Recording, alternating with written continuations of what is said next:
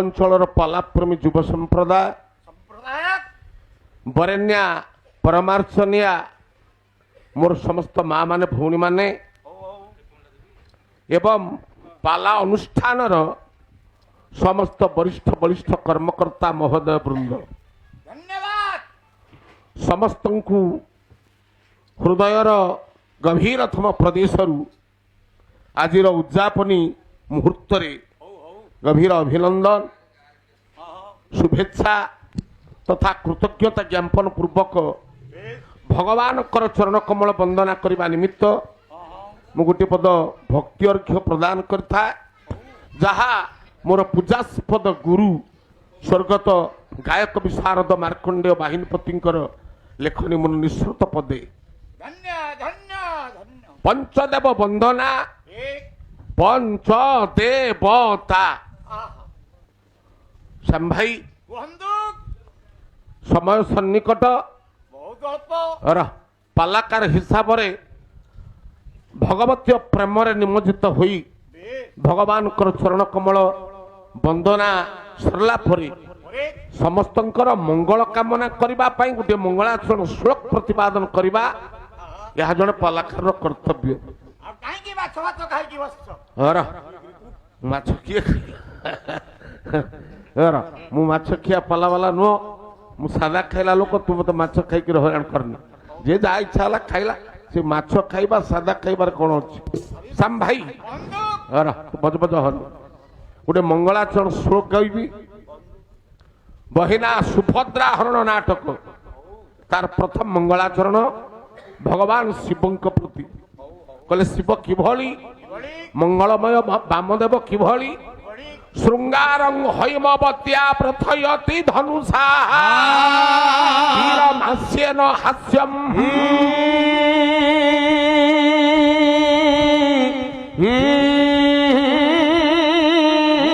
ବିଭତ୍ସଂ ସৎକପାଳୈర్భయమహిపతినా জৃম্ভেন রৌদ্রম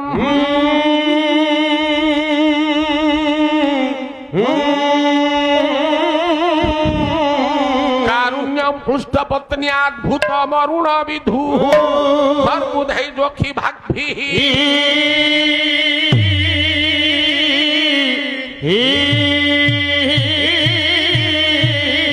শান্তচিতেন ভূয়াৎ সনবর সময় শর্মণে বহ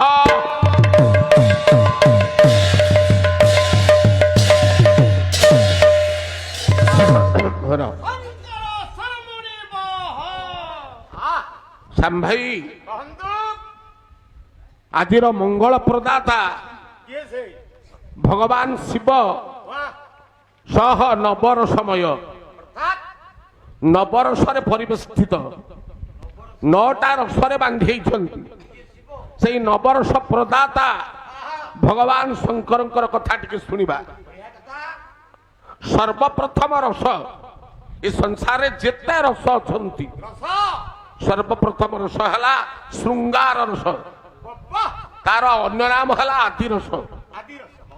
ଶ୍ୟାମ ଭାଇ ଭଗବାନ ଶଙ୍କରଙ୍କ ପାଖରେ ଆଦି ରସ ବା ଶୃଙ୍ଗାର ରସ ପରିସ୍ଫୁଟ କାହା ଦ୍ୱାରା ନା ହୈମବତ୍ୟା ହିମାଳୟ ରାଜ ଦୁଲ୍ଲଣୀ ହିମାଳୟ ରାଜଜେମା ମା ପାର୍ବତୀ ଭଗବାନ ଶଙ୍କରଙ୍କର ଅଙ୍କ ପଲଙ୍କରେ ସଦା ବିହାର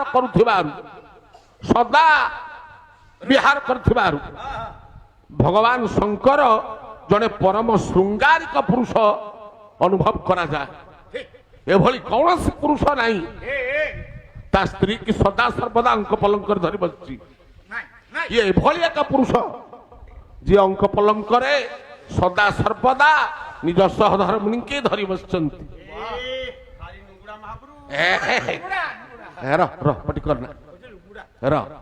ଏଥିରୁ କଣ ଅନୁଭବ କରାଯାଏ? ଗୋଟେ ସାଂସାରିକ ବାର୍ତ୍ତା, ଗୋଟେ ସଂସାର ପାଇଁ ବାର୍ତ୍ତା, ଆଜିର ଯୁବପିଢି ପାଇଁ ବାର୍ତ୍ତା।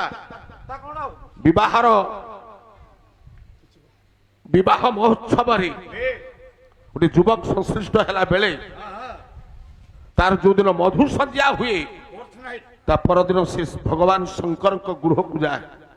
ଦର୍ଶନ କରେ, ପ୍ରଣାମ କରେ। ସାଂସାରିକ ଜୀବନର ସମସ୍ତ ଉତ୍ସ ମତେ ଯୋଗେଇ ଦିଅନ୍ତୁ ମହାପ୍ରଭୁ। ହେ ହେ କଣ ସାଂସାରିକ ଜୀବନର ବାର୍ତ୍ତା? ସାମ ଭାଇ, ଏ ଦୁନିଆରେ ଯୋଉଠି ସ୍ୱାମୀ ସ୍ତ୍ରୀର ସମ୍ପର୍କ ନିବିଡ଼, ସେଠି ନିଶ୍ଚିତ ଭାବରେ ଲକ୍ଷ୍ମୀ ସହାବସ୍ଥାନ କରନ୍ତି। ଯୋଉ ପରିବାରରେ ଦାମ୍ପତ୍ୟ ଜୀବନରେ କଳହ, ଦାମ୍ପତ୍ୟ ଜୀବନରେ ଆନନ୍ଦ ନାହିଁ, ଲକ୍ଷ୍ମୀ ରହିବେ? ତତେ ଯେତିକି ଦରକାର ସେତିକି କହ। ଦାମ୍ପତ୍ୟ ଜୀବନର ଯୋଉଠି ଶୃଙ୍ଖଳତା ଅଛି, ସେଠି ଲକ୍ଷ୍ମୀ ବସତି ସ୍ଥାପନ କରନ୍ତି, ନାରାୟଣ ରହନ୍ତି। ଶିବ ଭଗବାନଙ୍କର ଜମି ଅଛି ନା ବାଡ଼ି ଅଛି? ସଦା ସର୍ବଦା ଲକ୍ଷ୍ମୀ ନାରାୟଣ ବିରାଜମାନ କରିଛନ୍ତି। ସାମ ଭାଇ, ଗୋଟିଏ କଥା ଶିଖିଲେ, ଦାମ୍ପତ୍ୟ ଜୀବନର ଶୃଙ୍ଗାରର ଆବଶ୍ୟକତା ଅଛି। ତେଣୁ ପରମ ଶୃଙ୍ଗାରିକ ଭଗବାନ ଶଙ୍କର ମା ପାର୍ବତୀଙ୍କ ଦ୍ୱାରା ଏକଥା ପ୍ରତିଫଳିତ ହେଇଛି। ଦ୍ୱିତୀୟ ରସକୁ ଯିବା। ଶୃଙ୍ଗାରଂ ହୈମବତ୍ୟା ପ୍ରଥୟତି ଧନୁଷା ବୀରମାସ୍ୟର ହାସ୍ୟମ୍। ଭଗବାନ ଶଙ୍କରଙ୍କର ହାତରେ ଧନୁ। ଧନୁ ନା କଣ? ଧନୁ ନା କଣ? ବାସ୍, ପିନାକ ହାତରେ ଥିବାରୁ ଭଗବାନ ଶଙ୍କରଙ୍କର ଅନ୍ୟ ନାମ ପିନାକୀ ହେଲା। ପିନାକ ଧନୁ ହାତରେ ଅଛି। ପିନାକ ଧନୁକୁ ହାତରେ ଧରିଥିବାରୁ ଶଙ୍କରଙ୍କର ବୀରରସ ପ୍ରକଟିତ ହଉଛି, ଭଗବାନଙ୍କର ବୀରରସ ପ୍ରକଟିତ ହଉଛି। ଆସ୍ୟନ ହାସ୍ୟମ୍, ମୁଖମଣ୍ଡଳରେ ସଦା ସର୍ବଦା ପ୍ରସନ୍ନତା, ସଦା ସର୍ବଦା ପ୍ରଭୁ ହସନ୍ତି। ଜୀବନରେ ଯଦି ହସ ନାହିଁ, ଗୁରୁଜନ ମାନେ ବସିଛନ୍ତି, ସାର୍ ମାନେ ବସିଛନ୍ତି, ରାମଦେବ ବାବା କୁହନ୍ତି ସଦାବେଳେ ହସନ୍ତୁ। ହସିବା କିଣିବା ପାଇଁ ପଡୁଛି ବର୍ତ୍ତମାନ। ଯିଏ ଯାହା ମୁହଁରେ ହସ ଥାଏ ତା ପାଖକୁ ରୋଗ ଆସେ ନା। ଭଗବାନ ଶଙ୍କର ମୁଖମଣ୍ଡଳରେ ହସ, ହାସ୍ୟ ରସ, ବୀର ରସ, ଶୃଙ୍ଗାର ରସରେ ବିମଣ୍ଡିତ। ତୃତୀୟ ରସକୁ ଯିବା। ବିଭତ୍ସଂ ଷଟ୍କପାଳୈ, କପାଳର ମାଳା ଗଳାରେ ଧାରଣ କରୁଛନ୍ତି। କପାଳ ତ୍ୟାଗପୂତ ଜୀବନର ଏକ ପରିଚାୟକ। ଅନ୍ୟ କୌଣସି କଥା, ଦେବଦେବ ମହାଦେବ ଅନ୍ୟ କୌଣସି କଥା ନ ଲଗେଇ ଫୁଲ, ସୁବର୍ଣ୍ଣ, ହୀରା, ଲୀଳା, ମୋତି, ମାଣିକ୍ୟ ସବ ତାଙ୍କର ପାଦ ତଳେ, କିନ୍ତୁ ପକାନ୍ତି କପାଳ ମାଳ। କାହିଁକି ପକାନ୍ତି? କଣ କଣ ପଇସା? କାର ପଇସା ନାହିଁ? ବାବାଜୀଙ୍କର, ଯୋଗୀଙ୍କର ପଇସା କଣ ଦରକାର? ଏହା ହଉଛି ତ୍ୟାଗପୂତ ଜୀବନର ପରିଚୟ। କପାଳର ମାଳ ଗଳାରେ ପଡିଥିବାରୁ ବିଭତ୍ସତା ସୃଷ୍ଟି କରୁଛି। ବିଭତ୍ସ ରସ। ବିଭତ୍ସଂ ଷଟ୍କପାଳୈ और भयं अहिपतिना। ଏ ଦୁନିଆରେ ସମସ୍ତେ ଭୟ କରନ୍ତି ସାପକୁ। ସାପକୁ କାହାର ଭୟ ନାହିଁ? ସମସ୍ତଙ୍କର। ସାପ ନା ହଉଛି କାଳ ଭୁଜଙ୍ଗ। ସାପକୁ ବେକରେ ପକେଇଥିବାରୁ, ଗଳାରେ ବିଲମ୍ବିତ ହେଇଥିବାରୁ ଭଗବାନ ଶଙ୍କରଙ୍କ ପାଖରେ ଭୟାନକ ରସ ପ୍ରକଟ ହେଇଛି ହେଲା। ବିଭତ୍ସଂ ଷଟ୍କପାଳୈ ଭୟଂ ଅହିପତିନା ଭୃପିଜୃମ୍ଭେଣ ରୌଦ୍ରମ୍। ଶିବଙ୍କର ମୁଣ୍ଡ କେତେ? ଜାଣିଛି ଜାଣିଛି, ତୁ ବେଶୀ ଗୁଡା ପଢେନି, ଆଗକୁ ଆସ ସାମ ଭାଇ, ଆଗକୁ। ଶିବଙ୍କର ମୁଣ୍ଡ କେତେ? 5ଟା। ଶିବଙ୍କର 5ଟା ମୁଣ୍ଡରେ କେତେ ଆଖି? 15।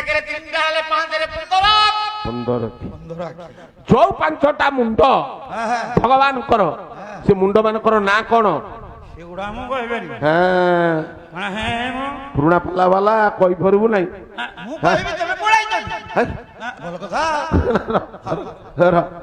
ବୁଦ୍ଧିମତାର ପରିଚୟ ଦେଲା, କହିଲା ମୁଁ ଯଦି କହିଦେବି ତମେ କୁଆଡେ ଆସିଛ?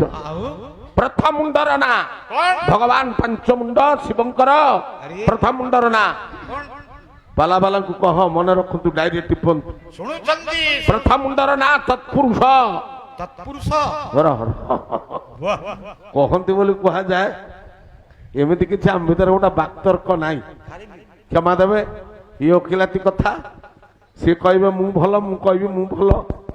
ଭଲ ମନ୍ଦର ରିପୋର୍ଟ ସବୁ ଆପଣଙ୍କ ହାତରେ। ঠিক ঠিক ঠিক ମୁଁ କହିଦେଲେ ଭଲ ହେଇପାରିବେନି କି ସେ କହିଦେଲେ ଭଲ ହେଇପାରିବେନି। ଆଉ ଭଲ ମନ୍ଦ ଶୁଣିବାର ବୟସ ନାହିଁ। ମୋ ପାଲା ଗାଇବା 48 ବର୍ଷ, ତାଙ୍କ ପାଲା ଗାଇବା ବୋଧେ 53-54 ବର୍ଷ ହବ। ତେବେ ଯାଉ ସବୁ ଯା ଯେତେ ଭଲ ମନ୍ଦ ସବୁ ପଛକୁ ପଡି ସାରିଲାଣି। ଦି ଜଣ ଯାକ ପୋଖତି ଆଉ ଏମିତି ଗୋଟା କଥାବାର୍ତ୍ତା କରନ୍ତି। ଶ୍ୟାମ ଭାଇ ବନ୍ଧୁ କଣ ମୁଁ କହୁଥିଲି, ପ୍ରଥମ ମୁଣ୍ଡ ଭଗବାନଙ୍କର ପ୍ରଥମ ମୁଣ୍ଡ কোন ନା ହେଲା ତତ୍ତ୍ୱ